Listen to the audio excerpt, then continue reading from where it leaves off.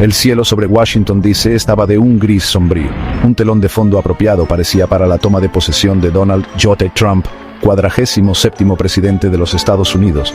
No estaban las multitudes, la fanfarria, las sonrisas esperanzadas de una nación renacida. En su lugar, un mar de cemento vacío y el silencio escalofriante de un país conteniendo la respiración. Oficialmente, el clima tenía la culpa. La nieve y el hielo habían obligado a celebrar la ceremonia en el interior, en los sagrados salones de la rotonda del Capitolio. Pero incluso el partidario más ferviente de Trump no podía evitar la sensación de que esto no era solo un cambio de domicilio, era un cambio de guardia. Una toma hostil disfrazada de transición pacífica del poder. Adentro, el aire crepitaba con una energía nerviosa.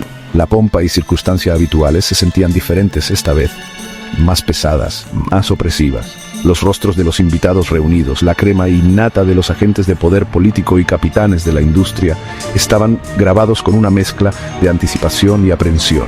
Habían jugado un juego peligroso estos hacedores de reyes y habían ganado, ¿pero a qué costo? Trump, un hombre que se nutre del espectáculo, parecía extrañamente apagado. Su rostro, normalmente un lienzo para un caleidoscopio de emociones, estaba fijo en una máscara sombría. Sus palabras, usualmente un torrente de grandilocuencia y fanfarronería, goteaban de sus labios como veneno. Hoy hacemos a Estados Unidos grande otra vez, declaró, su voz resonando a través de la rotonda, cada sílaba cargada con el peso de promesas tácitas y amenazas veladas. Hoy recuperamos nuestro país. ¿Pero para quién? ¿Y de quién? Estas eran las preguntas que persistían en el aire, tácitas pero palpables, mientras Trump se lanzaba a una diatriba que le pondría la piel de gallina a cualquiera que se atreviera a escuchar. Es imposible escuchar el discurso inaugural de Trump sin quedar impactado por los escalofriantes paralelismos con otro discurso, pronunciado hace más de 8 décadas en un país al borde de la locura. Al igual que Adolf Hitler en 1933, Trump pintó la imagen de una nación asediada, despojada de su grandeza, su gente traicionada por una élite corrupta e inútil. Habló de una carnicería, y carnicería americana además, una frase tan exagerada, tan llena de hipérbole, que parecía sacada directamente de las páginas de una novela distópica. Arremetió contra los inmigrantes, esos malos hombres que, según él, robaban los empleos estadounidenses y amenazaban los valores estadounidenses. Juró construir un muro, no solo un muro físico en la frontera sur, sino un muro de miedo y sospecha entre los propios estadounidenses. Prometió restaurar la ley y el orden, un mensaje codificado para sus bases que envió un mensaje claro. Se acabaron las contemplaciones, las reglas ya no aplican y al igual que Hitler, Trump se ofreció como el Salvador, el único hombre que podía devolver a Estados Unidos su antigua gloria. No a través de la unidad, no a través de la compasión, sino a través de la fuerza, a través del dominio, a través del ejercicio despiadado del poder. Fue una actuación escalofriante, una que dejó a muchos preguntándose si estaban presenciando el amanecer de una nueva era o el crepúsculo de una antigua. La visión de Trump para Estados Unidos, sin embargo, no se trataba simplemente de hacer a Estados Unidos grande otra vez. Se trataba de hacer a Estados Unidos más grande otra vez. Atrás quedó la pretensión del multilateralismo, de trabajar dentro del orden mundial establecido. En su lugar, un expansionismo descaradamente agresivo, una nueva versión del tipo de retórica imperialista que la mayoría esperaba que hubiera quedado relegada al basurero de la historia. Con un gesto de la mano, Trump declaró el Golfo de México como el Golfo de América. Anunció planes para reclamar el Canal de Panamá, un recordatorio no tan sutil de la historia de intervencionismo de Estados Unidos en Latinoamérica.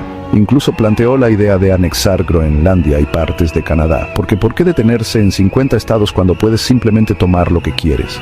Era el Destino Manifiesto 2.0.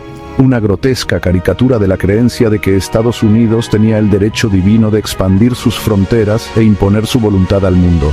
¿Y qué hay del espacio?, te preguntarás. Bueno, Trump no se contentaba con solo dominar la Tierra.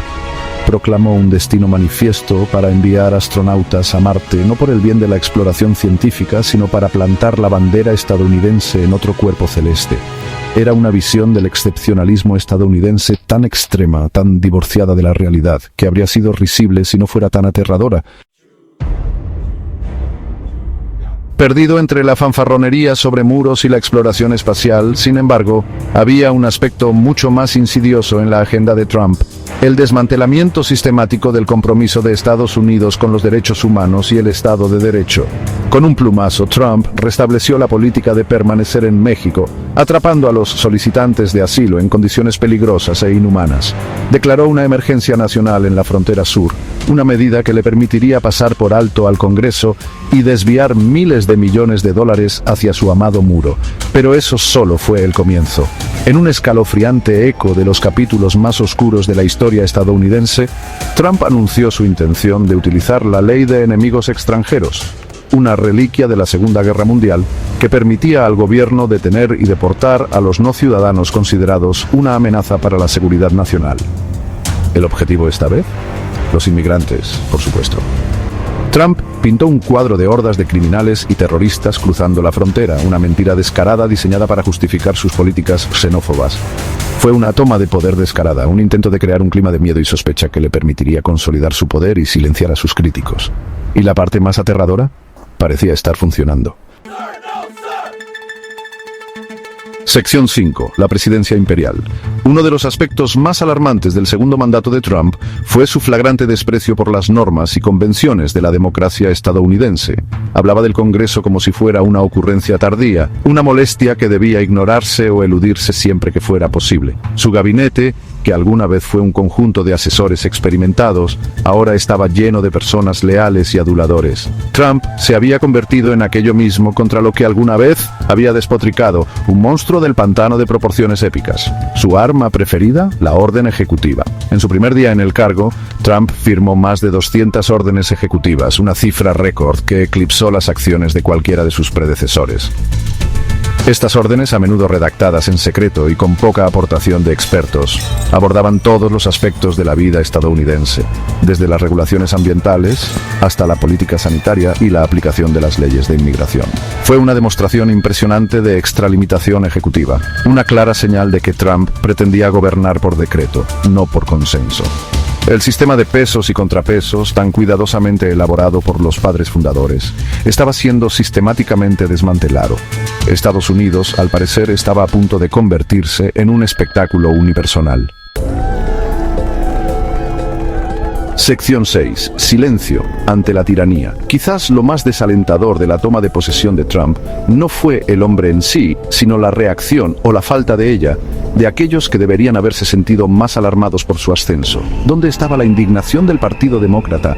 ¿Dónde estaban las protestas masivas, los llamados a la destitución, los discursos apasionados sobre la necesidad de defender la democracia estadounidense?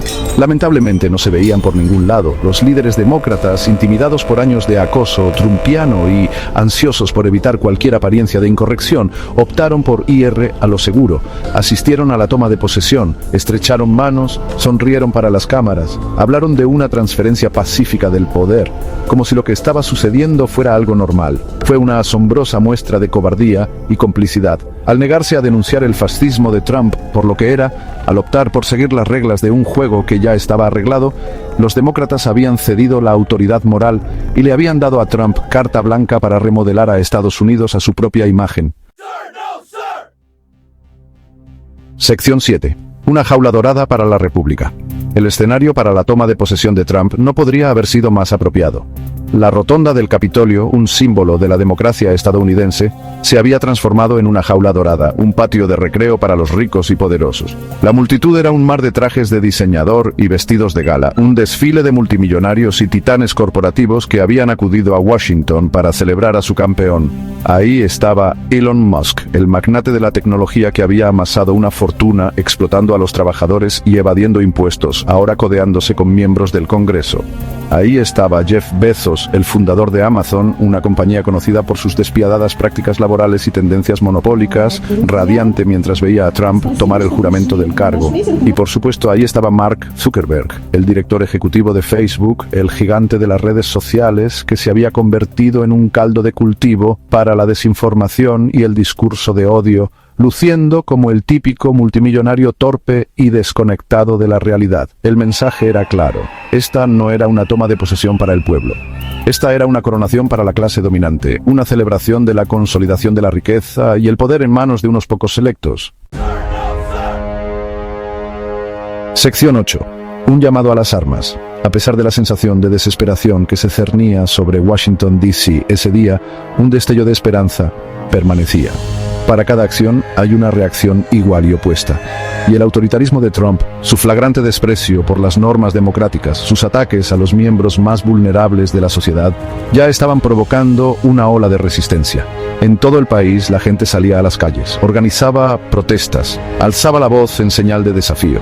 Los grupos de derechos civiles se estaban preparando para batallas legales, decididos a desafiar las políticas inconstitucionales de Trump en los tribunales. Los periodistas, esas almas valientes que se atrevieron a decir la verdad al poder, estaban investigando, decididos a hacer responsable a Trump por sus mentiras y abusos de poder. La lucha por el alma de Estados Unidos había comenzado. Sería una lucha larga y difícil, una que pondría a prueba los cimientos mismos de la democracia estadounidense. Pero una cosa era segura: aquellos que creían en una sociedad más justa y equitativa no se rendirían sin luchar. Sección 9. La tormenta se avecina. Mientras el sol se ponía en la inauguración de Trump, proyectando largas sombras sobre el National Mall, una sensación de presentimiento se asentó sobre la ciudad. Las nubes de tormenta que habían amenazado con desatar su furia durante todo el día finalmente se habían disipado, dejando atrás una calma inquietante. Pero esta no era la calma antes de la tormenta. Era la calma antes del terremoto, antes del tsunami, antes del ajuste de cuentas. La presidencia de Trump había desatado fuerzas que él no podía controlar, fuerzas que amenazaban con desgarrar a Estados Unidos. Las divisiones en la sociedad estadounidense, siempre presentes pero latentes bajo la superficie, se habían inflamado por la retórica de Trump, sus políticas, su sola presencia en la oficina oval. Había comenzado una nueva era, una era de incertidumbre, de inestabilidad, de intenso conflicto de clases. Las líneas de batalla se habían trazado. La pregunta ya no era si Estados Unidos sobreviviría a Trump, sino qué sería de Estados Unidos después.